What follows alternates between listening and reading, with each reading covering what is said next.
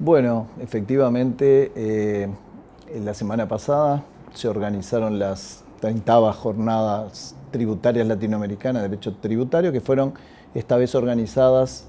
por el Instituto Uruguayo de Estudios Tributarios. Son jornadas que se hacen cada 2 años, va rotando la sede.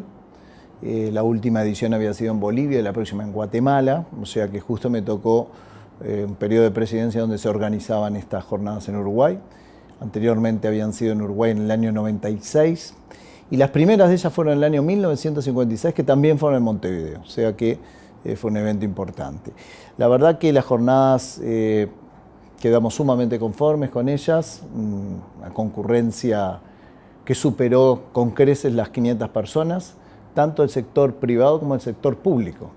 Tuvieron una activa participación funcionarios y jerarcas de la Dirección General Impositiva, del Banco de Previsión Social e inclusive también del Poder Judicial y del propio Tribunal de lo Contencioso Administrativo. Nos parece que la parte más sustancial fue el debate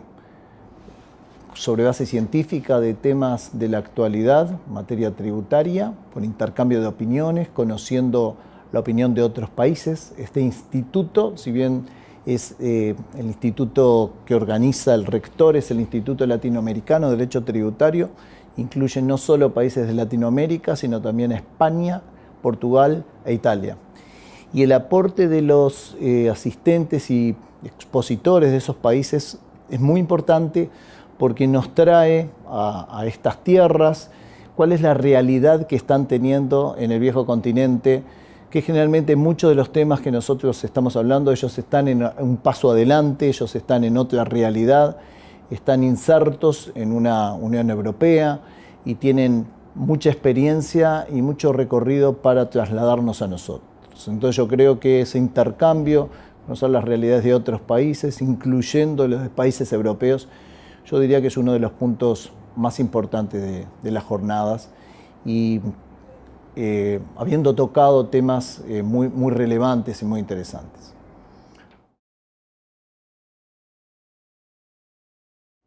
La cátedra de impuestos de la universidad tuvo un rol muy relevante en estas jornadas. Hubo muchísimos asistentes de la cátedra que acompañaron en estas jornadas, actividades, y concretamente yo contaba unas 7 personas, tuvimos roles muy activos como expositores, algunos como presidentes de seminarios, otros como secretarios o presentando comunicaciones, realmente muy activo, y lo cual a mí como catedrático me deja muy conforme, porque yo decía anteriormente que la relevancia que tiene el buen nivel de actualización de los asesores tributarios y obviamente particularmente los docentes que preparamos a asesores tributarios en la actualización de estos temas a nivel local, pero también internacional. Efectivamente, el seminario que era el número 9, el último de ellos, que fue ya el cierre de las jornadas, de una enorme concurrencia y suscitó gran interés, referido al rol del asesor tributario en el escenario actual. Es un tema, si se quiere, bastante particular, porque a diferencia de otros, este nos involucraba directamente a los asistentes de estas jornadas, porque estas jornadas, los asistentes de estas jornadas somos todos asesores tributarios, y habitualmente tratamos temas que hacen a la tributación de las empresas, y más bien uno diría a las empresas que nosotros asesoramos. Pero en este caso ya estamos hablando de otra visión del tema, y es qué se espera o qué está pasando hoy por hoy en el mundo con los asesores tributarios. Y la verdad de la historia es que desde hace ya varios años, yo diría concretamente del 2008, en el cual la OCDE inicia una nueva, digamos, temática de estudio, que es el rol que tiene el asesor tributario fundamentalmente en lo que es el buen cumplimiento de las obligaciones tributarias de los contribuyentes. Como que de alguna forma dijo, bueno, quizás algunas conductas omisas de los contribuyentes no deberíamos irlas a buscar y a perseguir exclusivamente en cabeza del contribuyente, sino que veamos qué está haciendo el asesor tributario. A partir del 2008 se inicia una serie de estudios al respecto, inclusive investigaciones, y hoy por hoy lo que ha venido pasando y que de alguna forma está recogido en una de las denominadas acciones BEPS. BEPS es un proyecto dentro del Foro de Transparencia que está bajo órbita de OCDE, que justamente apunta a identificar conductas de los contribuyentes que terminen erosionando las bases tributables. Una de esas acciones, concretamente la acción 12, apunta a algunas medidas que pretenden contrarrestar lo que podría ser, diríamos nosotros, una mala práctica o una práctica eventualmente, digamos, peleada con normas de buena conducta de los asesores, porque, bueno, ahí establece que determinadas conductas o medidas de planificación fiscal agresiva internacional tienen que ser reportadas por o bien la empresa o directamente el asesor. El tema es que lo que en principio puede ser loable o puede ser interesante, decir, bueno, también que esté bajo la mira la adecuada conducta del asesor, hay que tener mucho cuidado, porque si nos corremos un poquito de más, lo que podemos estar haciendo es invadir la esfera de la intimidad y la esfera del derecho que tiene de ser asesorado el contribuyente, el derecho de defensa eventualmente, que incluye obviamente poder contar con la confidencialidad en su relacionamiento con el asesor. Es decir, de alguna forma lo que esta acción y algunas otras medidas que se están viendo por el mundo podría llevar es a que se erosione ese nivel de secreto profesional que tiene el profesional con su cliente. Es decir, el límite de cuando el profesional se involucra ya en una maniobra, para lo cual los distintos países, y Uruguay en particular, ya tiene normas para combatirlo. El límite de eso a llegar a invadir la esfera, digamos, de la confidencialidad y de alguna forma hacer decaer el secreto profesional es muy delicado. Y en ese seminario precisamente estuvieron contrapuestas algunas visiones inclusive un poco diferentes. Había algún seminarista que tenía una visión bastante más permisiva y bastante más de aprobación a esa línea, por ejemplo, el expositor que venía por Chile. Y teníamos, por ejemplo, en la otra línea, el expositor que venía por Argentina, que era muy crítico de este tipo de medidas y que concluía que van a terminar deteriorando el buen andamiento, el buen funcionamiento del sistema tributario en su relación de empresas con contribuyentes.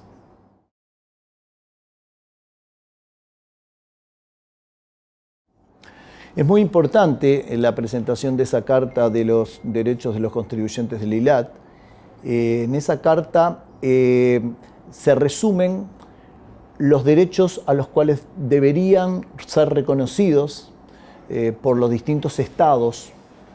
por los distintos fiscos de los distintos países. Es una recomendación, obviamente no se vuelve obligatoria, es una guía de buenas prácticas para que sean incorporadas por los distintos países para precisamente proteger adecuadamente los intereses fiscales, los intereses del contribuyente y los derechos. Es decir, en esta relación fisco-contribuyente hay que mantener un sano equilibrio entre lo que es la lógica y loable pretensión del fisco de hacer cumplir la ley y recaudar lo que corresponde, pero el contribuyente también de tener todas las garantías de ser inspeccionado o ser reclamado por cosas que sean justas, y en caso de que él discrepe con el fisco, tener todas las garantías de poder recurrir y de poder hacer valer a nivel de la justicia el deber ser de las cosas. Cualquier corrimiento de esa delgada línea de equilibrio seguramente va a conducir a malas consecuencias. Si me voy para el lado de que no protejo los intereses fiscales, obviamente voy a deteriorar la recaudación y además voy a afectar inclusive la sana competencia, porque hay que tener en cuenta que cuando se combate la evasión, también se está tratando de privilegiar la buena competencia. Es decir, si el vecino evade, el que no evadió está en una situación de inferioridad injusta. Y si me voy para el otro lado, lo que puede pasar es que el fisco adopte una posición de cierto abuso en su proceder, en definitiva el contribuyente sea llamado a pagar lo que no le corresponde, deteriorar así el ambiente de negocios. Y además hay otra cosa que es importante, y yo lo decía en el discurso del cierre de las jornadas. Yo decía que a mí me parece que el sano respeto y el pleno respeto de los derechos del contribuyente termina siendo la mejor regla fiscal que un país puede tener, en el sentido de que cuando mi actividad de recaudación está reglada y está limitada, yo sé, fisco y país, que tengo un límite de recaudación y por lo tanto mi gasto público debe adecuarse a esas limitaciones que yo tengo. Por el contrario, cuando yo tengo la sensación como Estado, como fisco, de que siempre puedo salir a recaudar más porque basta llevar adelante una inspección que eventualmente no se detenga frente a determinados derechos de los contribuyentes y la tentación de solventar gastos ineficientes o excesivos mediante ese mecanismo se puede llegar a manifestar. Por lo tanto, yo creo que desde todo punto de vista el buen respeto de los derechos del contribuyente es muy importante. Esa carta fue elaborada por los tributaristas de más renombre a nivel del Instituto Latinoamericano. Creo que debiera ser una guía insoslayable de los distintos parlamentos a la hora de legislar al respecto. Esa es nuestra intención. Desde nuestro Instituto Uruguayo de Estudios Tributarios vamos a intentar darle la más alta difusión que tenga esta carta. Por lo pronto va a estar colgada, igual que el resto de los materiales de las jornadas, en el sitio web en breve, y probablemente se organizasen algunas actividades o charlas de difusión.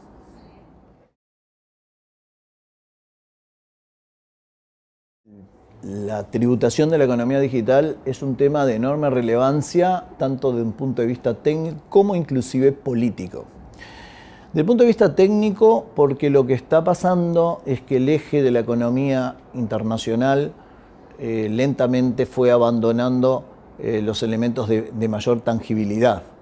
Nos hemos salido de una economía que en definitiva hacía foco en activos físicos para ir a una economía en donde hace foco en activos intangibles, en activos inmateriales. Y el tema es que muchos de los principios tributarios, por ejemplo, de erradicación de los factores de producción de la renta y por lo tanto de determinación de la jurisdicción tributaria, que era la que recaudaba o que debía recaudar sobre determinadas rentas y determinados activos, estaba basada precisamente en lugar de la localización del activo físico. Conforme esto fue modificándose, hoy por hoy aquellos criterios en algunos momentos nos hacen crisis desde un punto de vista técnico. Imaginemos una actividad de economía digital, generalmente muy fragmentada en el mundo, tiene servidor por un lado, otros servicios de apoyo logísticos y de infraestructura por otros lados, el desarrollo de los sistemas necesarios para mantener estas redes por otro país, los servicios de asistencia a los clientes por otro lado y el consumidor por otro y el medio de pago por otro y el call center en otro país. En ese nivel de fragmentación, la pregunta es ¿dónde localizo, dónde radico la renta que se obtiene por esta actividad? Porque participan factores y elementos de todos los distintos países. Y además empiezan a ser muy relevantes activos que ni siquiera están en los balances de la empresa, como es, por ejemplo, el nivel de aceptación que tiene una determinada red, los clientes de esa red. Pensemos en un Netflix, pensemos en un Spotify o pensemos en cualquiera de los servicios digitales que hoy se brindan. Nos da mucha dificultad desde un punto de vista técnico erradicar los factores. Y por lo tanto los países a nivel internacional, inclusive a nivel de la OCDE, se está discutiendo seriamente sobre cuáles son las mejores prácticas o los mejores criterios para ponernos de acuerdo en qué lugar o lugares se genera una determinada renta y en qué lugar o lugares están radicados los activos que van a ser sujetos a tributación posteriormente. Ahí es donde aparece también el tema político, es decir, hasta acá es un tema técnico y que podemos ponernos más o menos de acuerdo y discutir con algunos criterios. El tema político aparece porque atrás de esto obviamente está la recaudación. No es indiferente para un país y para otro si el eje es, por ejemplo, el lugar donde está el servidor, por decir algo, o el lugar donde está el consumidor. Los países, los grandes centros de consumo, obviamente pretenden llevar agua a su molino y dicen, bueno, el factor fundamental tiene que ser el lugar de consumo. Y los países que no tenemos esos grandes niveles de consumo, queremos poner el foco en los factores o en lugares donde están los factores que generan esa renta, eventualmente donde está la sede de la empresa, donde están los servidores, donde están los funcionarios o los distintos insumos que esa actividad requiere. Entonces, en esa discusión le va mucho la suerte a los distintos países y a Uruguay en particular, porque si por ahí va a venir la riqueza y me fijan un criterio, que hoy por hoy están muy globalizados esos criterios, muy difícil cortarse solo en esos criterios, bajan líneas, vienen de distintas formas, bajan determinados criterios que todos los países, y Uruguay en particular, tiene que adherirse. Entonces, si me fijan un criterio por el cual, por ejemplo, se privilegia mucho el consumo, y yo tengo en Uruguay, por ejemplo, radicadas empresas de economía digital, y es probable que yo por esas empresas no pueda entonces percibir impuesto a la renta en el país, porque en definitiva el consumo está en el exterior. Entonces esa discusión, insisto, está planteada, es muy relevante, pero encierra factores técnicos por un lado, pero factores políticos muy importantes porque hacen el reparto de la tributación a nivel internacional entre los distintos países. Esto lo que está derivando es en cuestionarse nuevas soluciones, fundamentalmente lo que tiene que ver con los convenios para evitar doble tributación, es decir, cuando hay dos países en juego, bueno, ¿cuál se queda con la recaudación en definitiva? O si la repartimos y de qué forma la repartimos. Pero además, incorporándose elementos que no estaban hasta ahora en la economía tangible, tan estudiados y desarrollados, como tiene que ver con la economía del conocimiento y del intangible como gran valor generador de riqueza. Así que fue muy importante también ese seminario, se intercambiaron muy buenas ideas, conceptos. Uruguay planteó cuál es el criterio que Uruguay está adoptando. Uruguay ha incorporado normas en forma relativamente recientes. Precisamente ha pasado a darle más incidencia al consumo, que no lo tiene en otro tipo de rentas. Es un camino que en el corto plazo uno puede pensar que es bueno porque, claro, pasamos a grabar la utilización de Netflix o Spotify o Airbnb, en fin, el propio Uber, rentas que se generan de esa plataforma por el nivel de consumo del país. Pero ese criterio, como yo decía anteriormente, en la medida que Uruguay fuese atractivo para instalar plataformas que operen desde Uruguay para el exterior, probablemente no fuese el más favorable para los intereses fiscales uruguayos. Pero es un tema que está en un estado embrionario aún. Hay países que inclusive están creando impuestos específicos para las actividades digitales. Uruguay no es el caso por ahora, pero bueno, es un tema que habrá que seguir muy, muy de cerca.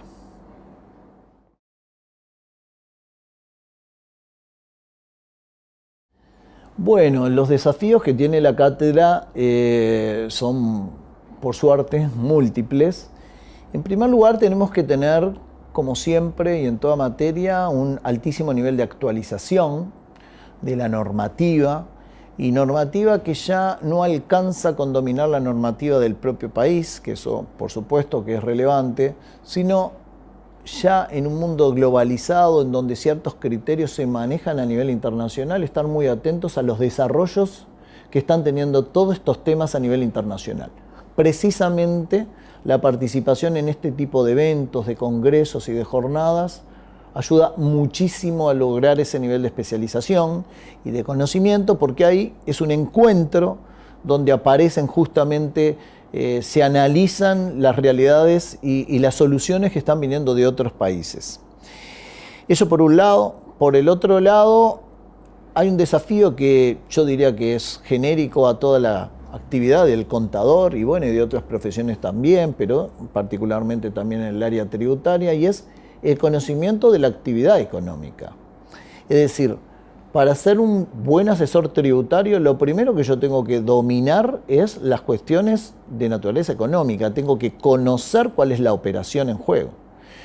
y conocerla profundamente y poder identificar en qué lugares están ubicados y cómo se genera el valor en definitiva.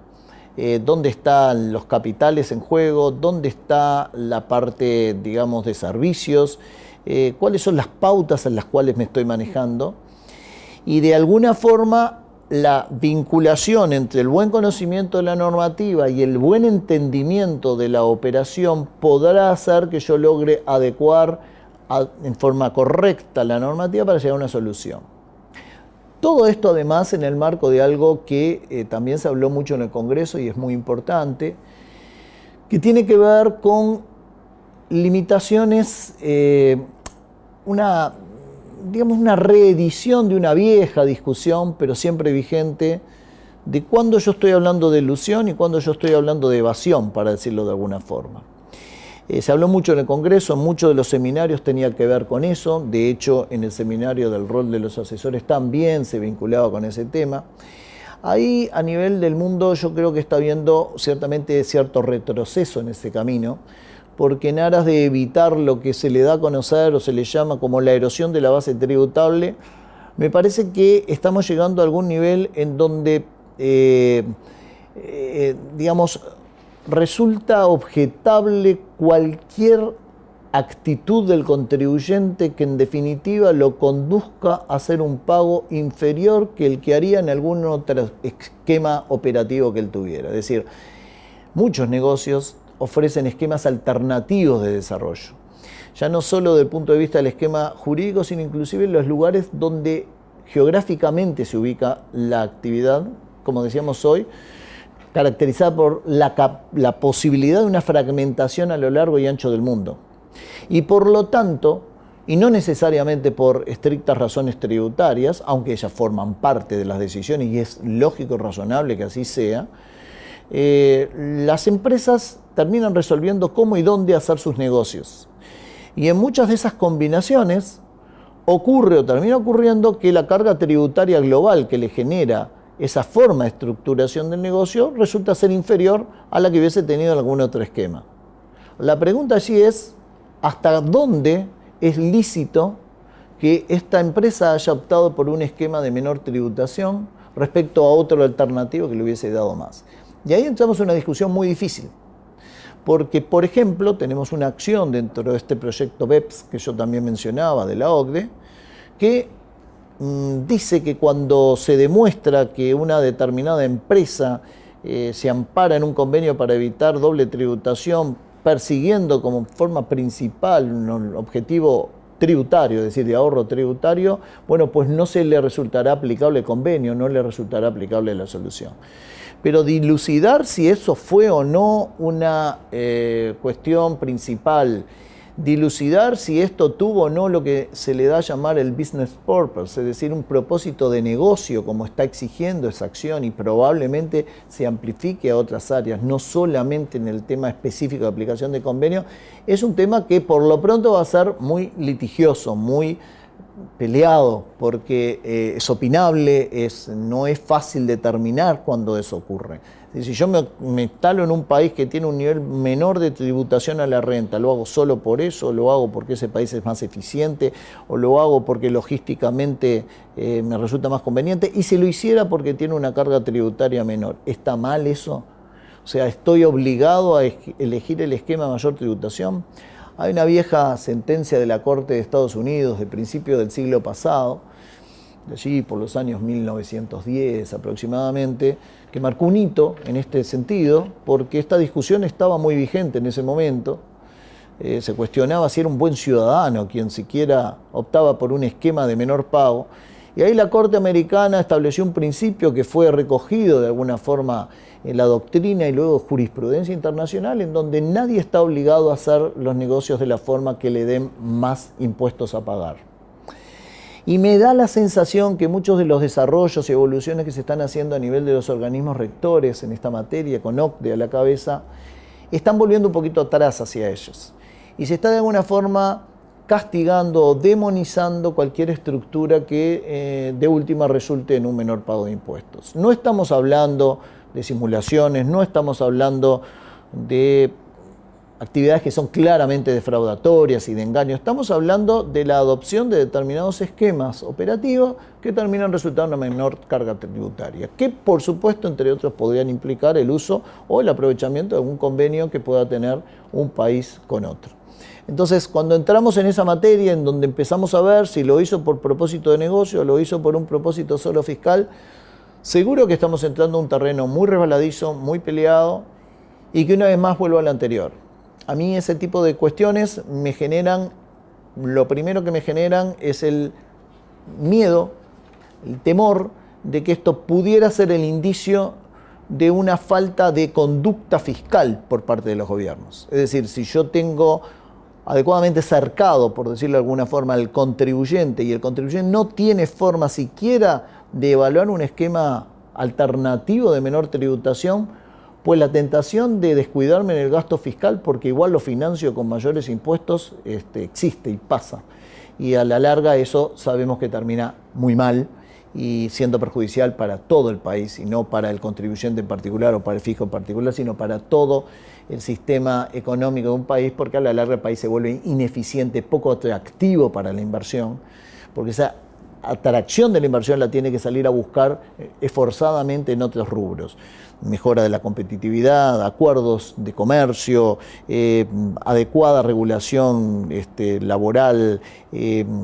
buena infraestructura, costos adecuados y buen funcionamiento del Estado, tarifas públicas. Entonces, si yo tengo limitada mi capacidad recaudatoria como país, probablemente yo voy a tener que esforzarme muchísimo más en toda esa otra agenda. Y esa otra agenda es la que me va a hacer un país más eficiente y más competitivo.